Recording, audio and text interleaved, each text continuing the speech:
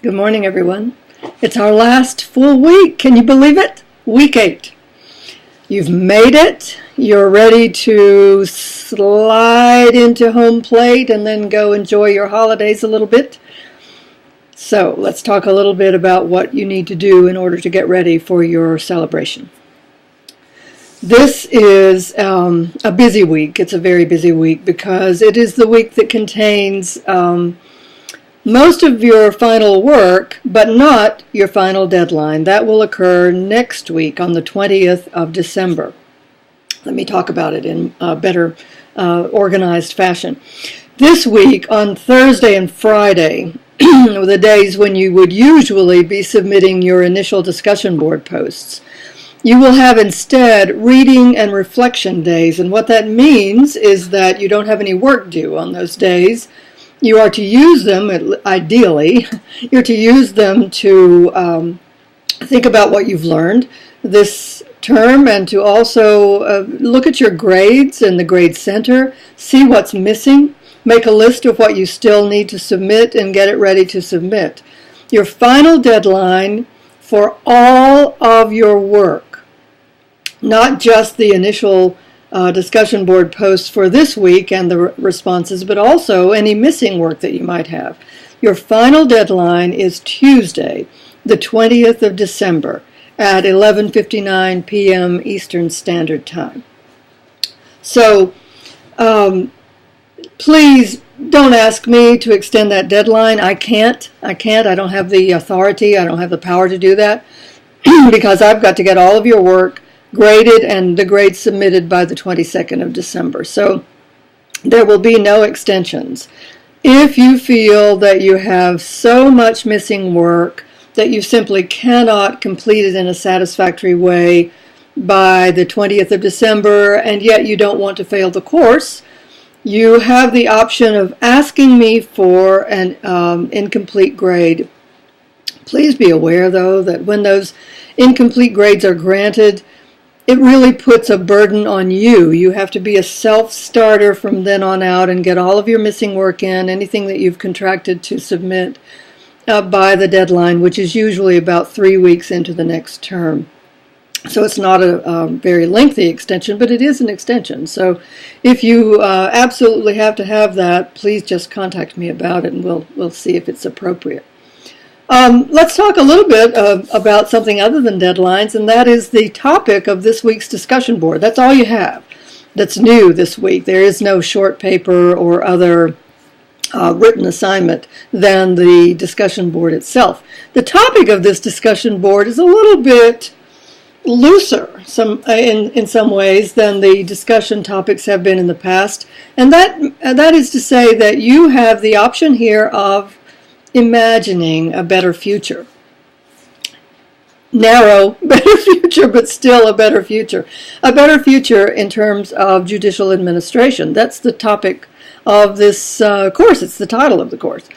So what we've been talking about all term, apart from some substantive law and substantive criminal and civil procedure, is judicial administration itself. How are the courts run? What are the computer-based systems? What are the human elements in an efficiently run court system?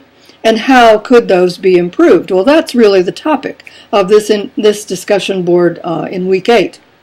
How could those systems be improved? What is your vision, your imagining of the future of judicial administration? How does it work well now?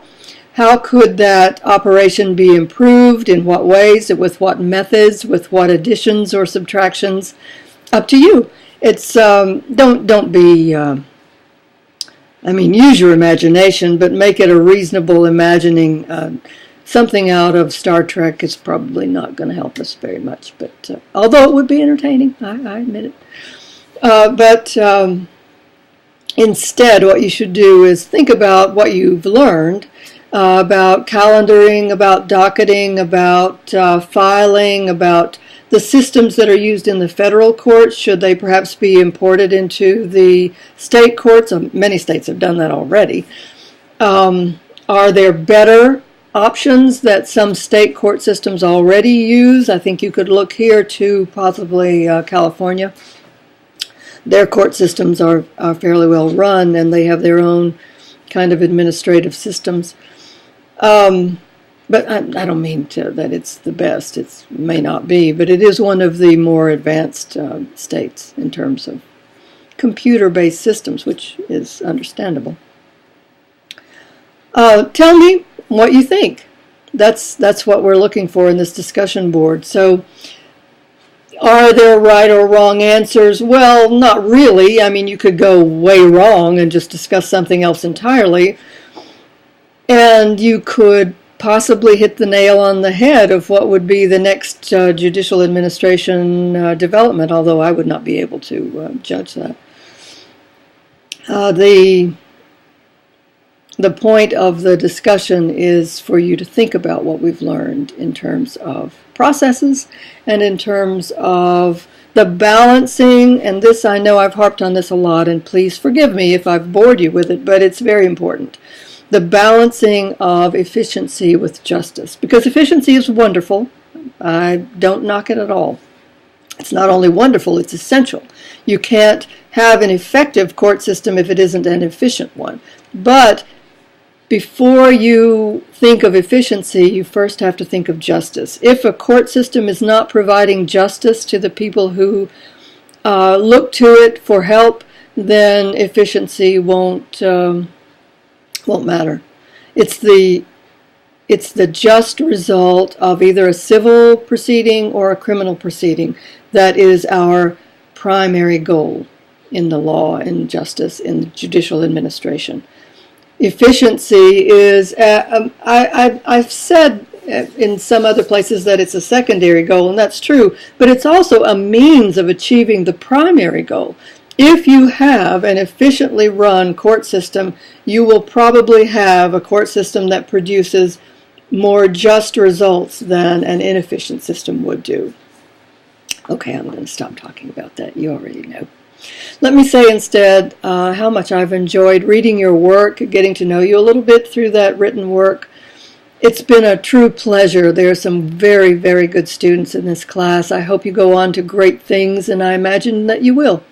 It's been my pleasure, my privilege to be a part of your education, and I wish you a happy holiday and a wonderful future. Bye.